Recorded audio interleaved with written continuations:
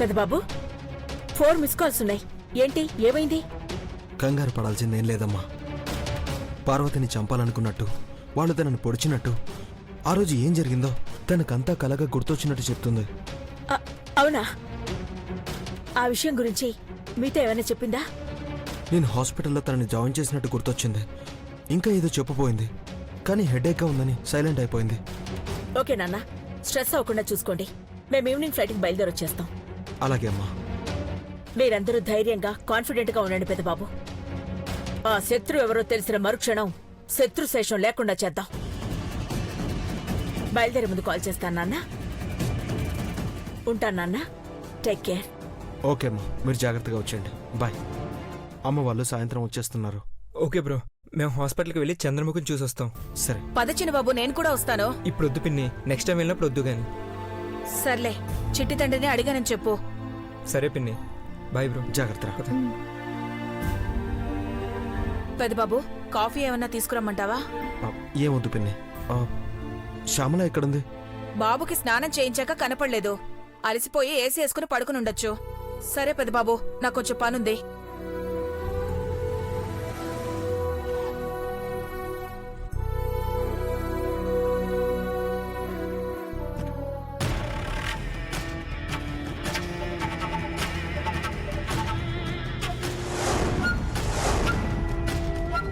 పగ తీరకుండా ఈ ఇంట్లో నుండి ఎలా వెళ్తాను?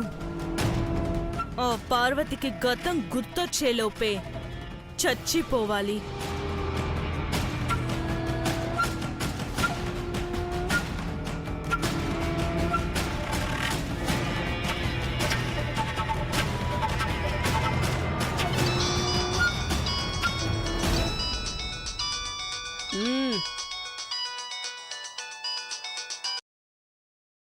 హలో చిన్నమ్మా.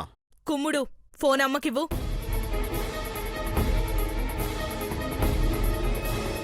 ఏమైందో చెప్పమ్మా. అమ్మకివ్వు ముందు. ఏమైంది చిన్నమ్మా, ఎందుకు కంగారు పడుతున్నావు? పార్వతికి గతం గుర్తొచ్చేలా ఉంది కుమ్ముడు. ముందు అమ్మతో మాట్లాడాలి. ఏం చేయాలో నిర్ణయించాలి. కానీ అమ్మ మౌనవ్రతంలో ఉంది చిన్నమ్మా. ఎందుకు నోరు మూసుకుంది? ఎక్కువ మాట్లాడుతుంటే నువ్వు సిరాకు పడతా ఉండవు కదా చిన్నమ్మా. ఇప్పుడు మాట్లాడమని చెప్పు. దాని చావుని ఫిక్స్ చేయాలి. అమ్మ దాకా ఎందుకు చిన్నమ్మా, దాని పేనాలు నేనే తీస్తాను.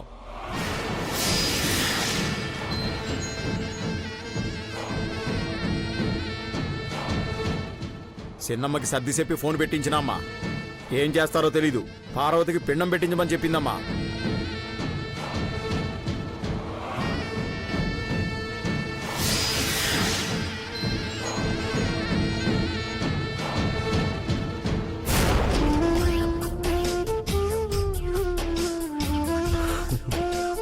రే కన్నా, మీ అమ్మ నిన్ను దగ్గరికి తీసుకుంది కానీ మీ నాన్నని మాత్రం దూరంగానే పెడుతోందిరా.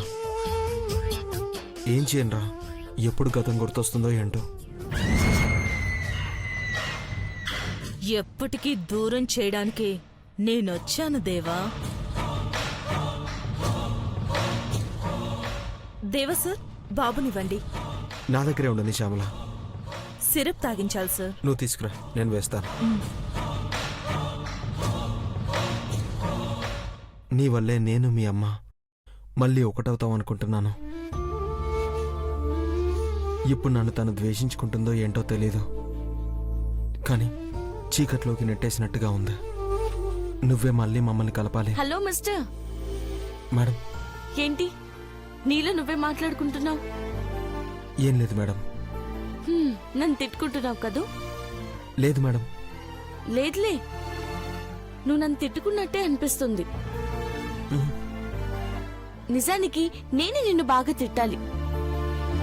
ఒక ఆడపిల్లని అలా చేతుల్లోకి తీసుకోవడం కరెక్ట్ కాదు కదా? తప్పు నాదే అని ఒప్పుకుంటున్నాను. తప్పని నిన్ను దూరం పెట్టలేను, కానీ నాకు అర్థమైంది మేడం. నేను మిమ్మల్ని నిద్రలేపాల్సింది. కోపం లేదంటున్నావు, కానీ కన్నయ్యని మాత్రం నీ చేతుల్లోనే ఉంచుకున్నావు. నిజంగా మీ మీద నా కోపం లేదు మేడం. అయినా ఇష్టం ఉన్న వాళ్ళ మీద కోపం ఎందుకుంటుంది చెప్పండి? అంటే నేనంటే నీకిష్టమా?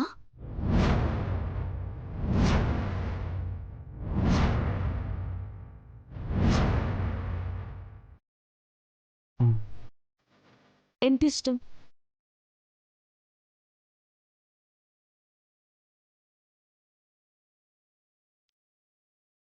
అది దేవా సార్, ఈ సిరప్ బాబుకి ఇవ్వాలి 2 ml. దేవాకి ఎప్పుడేం ఇవ్వాలో ఎప్పుడేం చేయాలో అన్నీ తెలుసులే. నువ్వు ఆ సిరప్ బాటిల్ ఇచ్చేసి ఇట్రా. రా.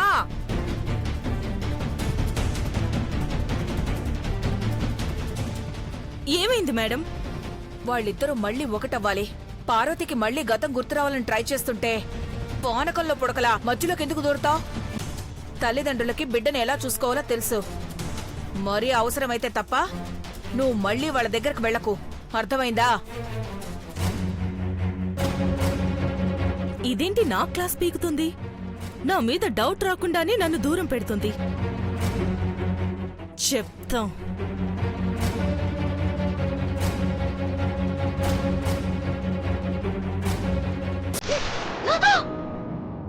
మేడం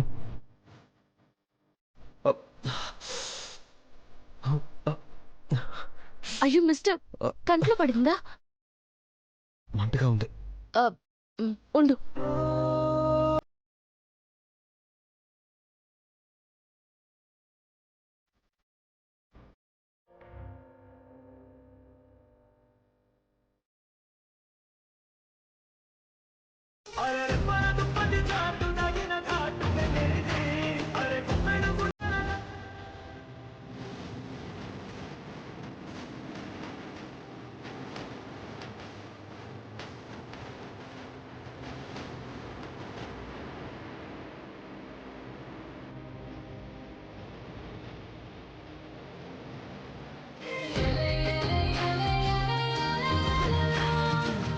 ఇప్పుడు ఎలా ఉంది?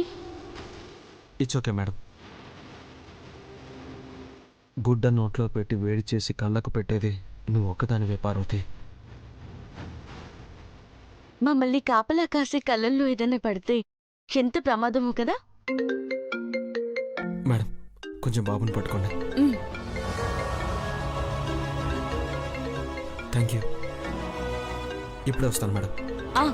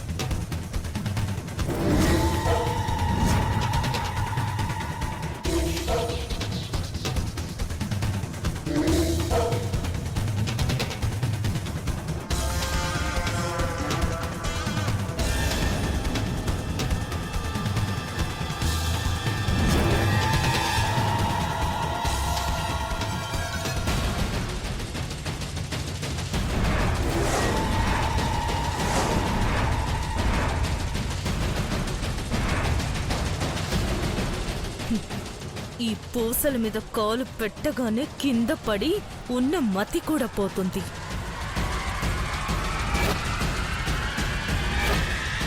పాలు తాగుతావా కన్నయ్య? నా బుజ్జి పండు, పాలు తాగుతావా? తాగేసి ఆడుకోవాలి, ఓకేనా?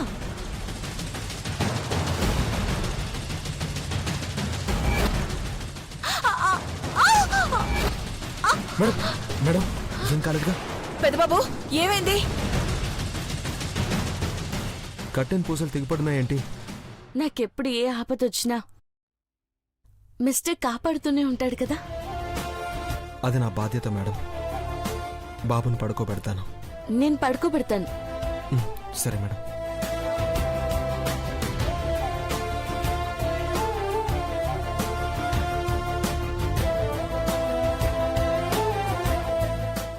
శ్యామల, ఈ పూసలు తెగడం వెనక నీ హస్తమేం లేదు కదా?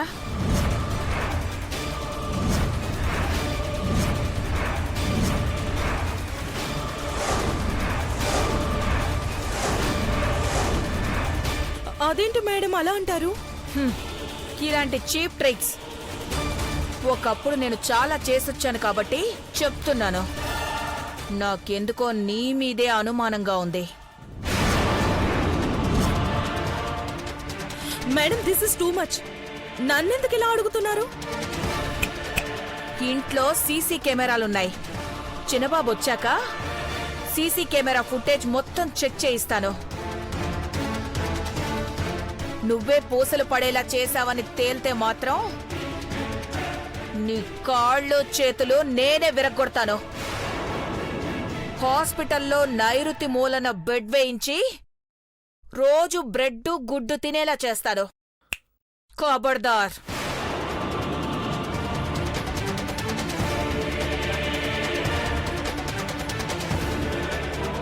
కొంపదీసి నిజంగానే CC camera footage చూస్తుందా?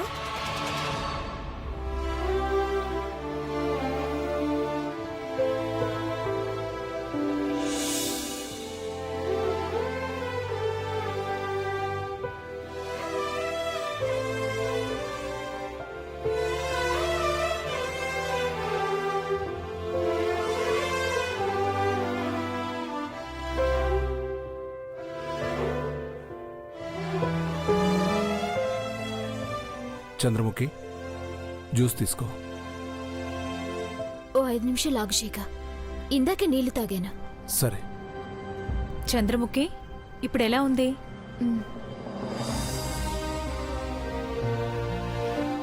Doctor, scanning reports.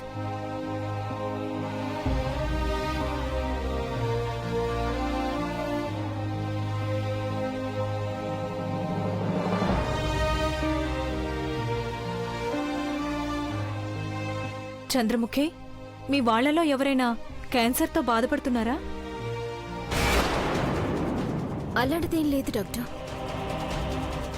ఏమైంది మేడం? ఎవరికైనా ఏదైనా?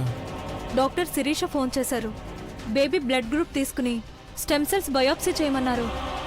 ఏంటి డాక్టర్ మీరనేది? కొంచెం పెయిన్ఫుల్గానే ఉంటుంది. నేనెంత నొప్పైనా భరిస్తాను డాక్టర్. కానీ కడుపులో పెరుగుతున్న బిడ్డ గురించి మీకు తెలిసిందే కదా. ఐశ్వర్య కడుపులో పెరిగితే తన ప్రాణాలకి ప్రమాదమని చెప్పారు. ఆ భయంతోనే నేను సర్రోగేట్ మదర్గా మారాను. సారీ, ఐశ్వర్యకు వచ్చిన క్యాన్సర్ ముదిరిపోయింది. తను ఎక్కువ కాలం బతకదు.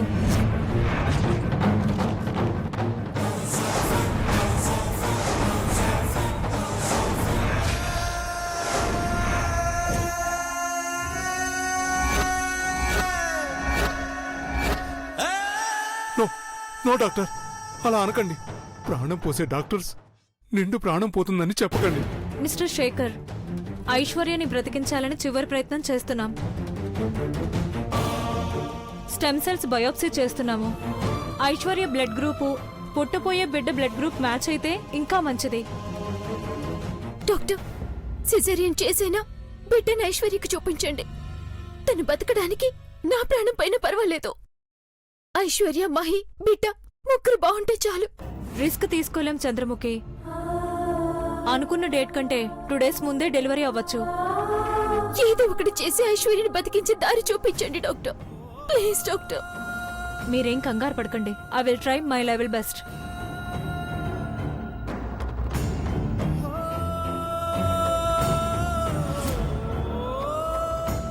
ఇంత మంచి మనుషులు ఒకే చోట కలిసి ఉండకూడదని ఆ దేవుడు ఇలా చేస్తున్నాడేమో. లేదు శేఖర్, ఈ కుటుంబాన్ని ముక్కలు చేయడం ఆ భగవంతుడి వల్ల కూడా కాదు. నాక నమ్మకం ఉంది.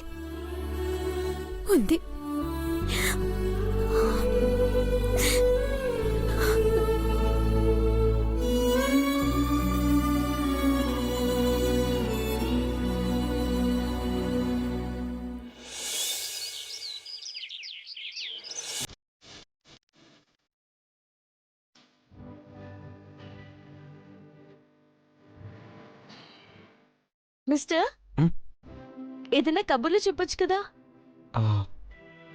ఏం కబుర్లు చెప్పమంటారు మేడం? నాకెలాగో గతం గుర్తులేదు కదా, నా గురించి చెప్పు.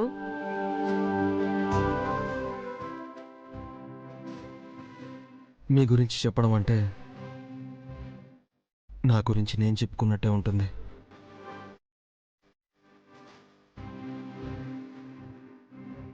ఏంటో నువ్వు మాట్లాడేది నాకు అర్థం కావట్లేదు మిస్టర్.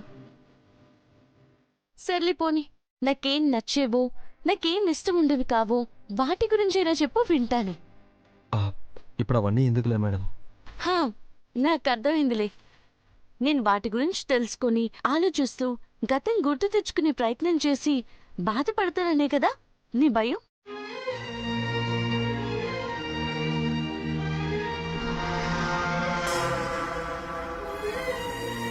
అలా ఏం జరగదులే, చెప్పు. మీకు ఈ కుటుంబం అంటే ఇష్టం కాదు, అంతకంటే ఎక్కువే. ఓహో, ప్రాణమా? కరెక్ట్. అవును, ప్రతి ఒక్క ఆడపిల్లకి పువ్వులంటే ఇష్టం ఉంటుంది కదా. మరి నేను ఏ పువ్వులంటే ఎక్కువ ఇష్టపడేదాన్ని? ముద్ద మందారం అంటే నీకు చాలా ఇష్టం పార్వతి.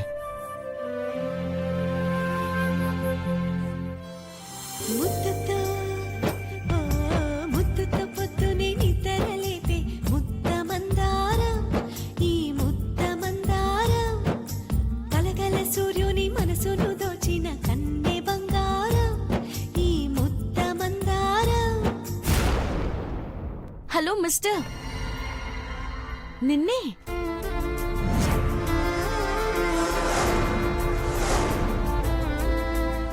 నేను నాకే పువ్వంటే ఇష్టమని అడిగితే నువ్వు మీ ఆవిడకి ఇష్టమైన పువ్వు గురించి ఆలోచిస్తున్నావా? నా భార్యకి ఇష్టమైన పువ్వు గురించి చెప్పాలంటే ఒకరోజు సరిపోదు మేడం. సరే, ఆ కథ తీరిగ్గా నువ్వు చెప్తావు కానీ ముందైతే నాకే పువ్వు ఇష్టమో అది తీసుకురా. అలాగే.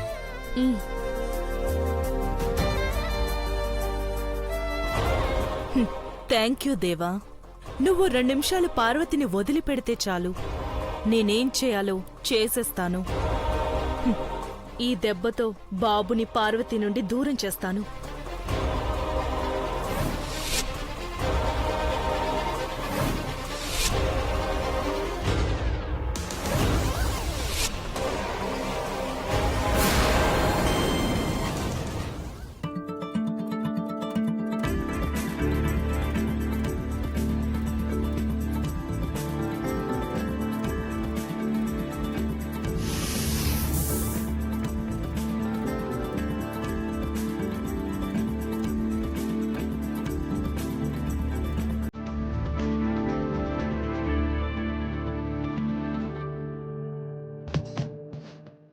Wow.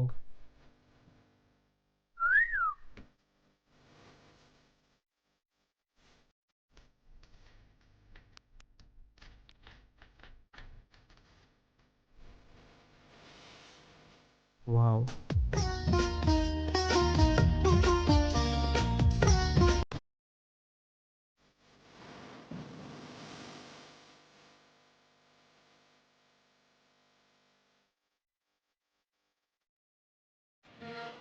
Aishwarya madam, Aishwarya madam. పెట్టాలి.